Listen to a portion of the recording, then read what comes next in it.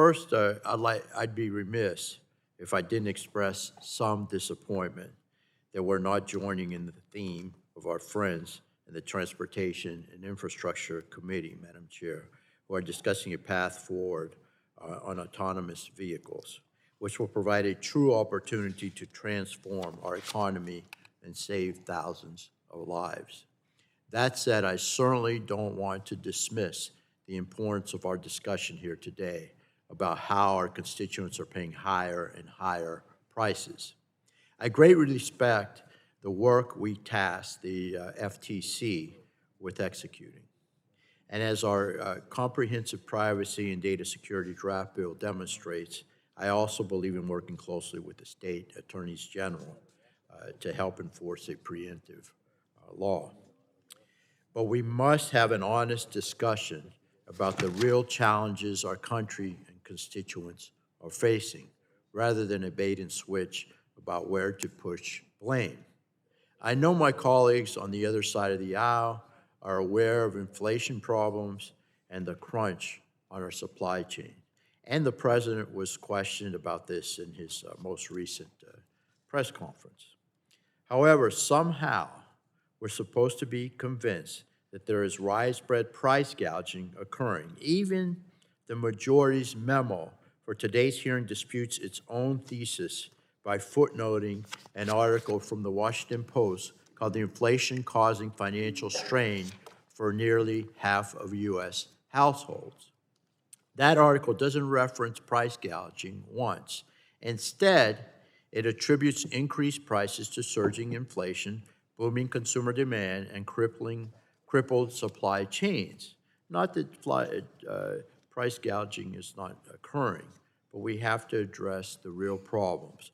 The article even goes on to say, and I quote, "The picture is further complicated by a widespread labor shortage and the revolving door of the pandemic," unquote.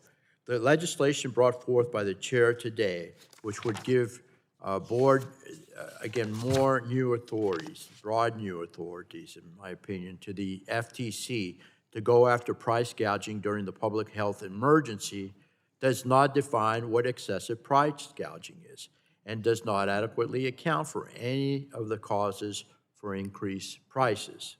The legislation is missing a full account for the supply and consumer demand of certain goods, the bottlenecking of our ports and distribution centers, current labor shortages, or even the organized crime ripping goods right off freight rail, like we're seeing in cities like Los Angeles.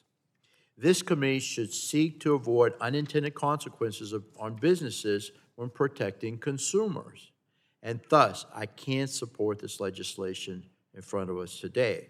And we shouldn't let it divert our attention from President Biden's big government spending programs and over-regulation that are crushing our economy and keeping it from fully recovering. The fact is, I'm not sure the American public buys into the narrative either. They know that honest local mom-and-pop stores are doing their best with whatever products they can get their hands on. Add to that a recent article from the New York Post reporting the results of a study that found 69% of respondents disapprove of how President Biden is responding to the inflation crisis, with only 29% approving. This committee has a duty to protect consumers and promote commerce.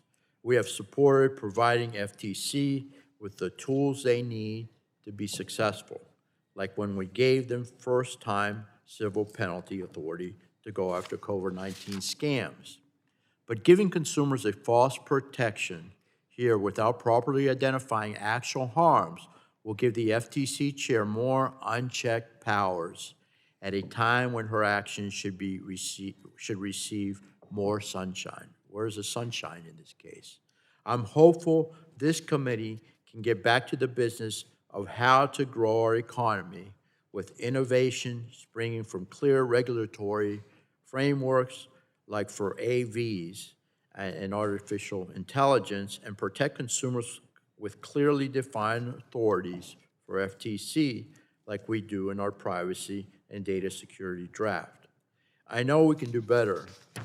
With that, Madam Chair, thank you for giving me the opportunity, and I thank the witnesses for being here again, and I look forward to your testimony. Thank you so much, and I yield back.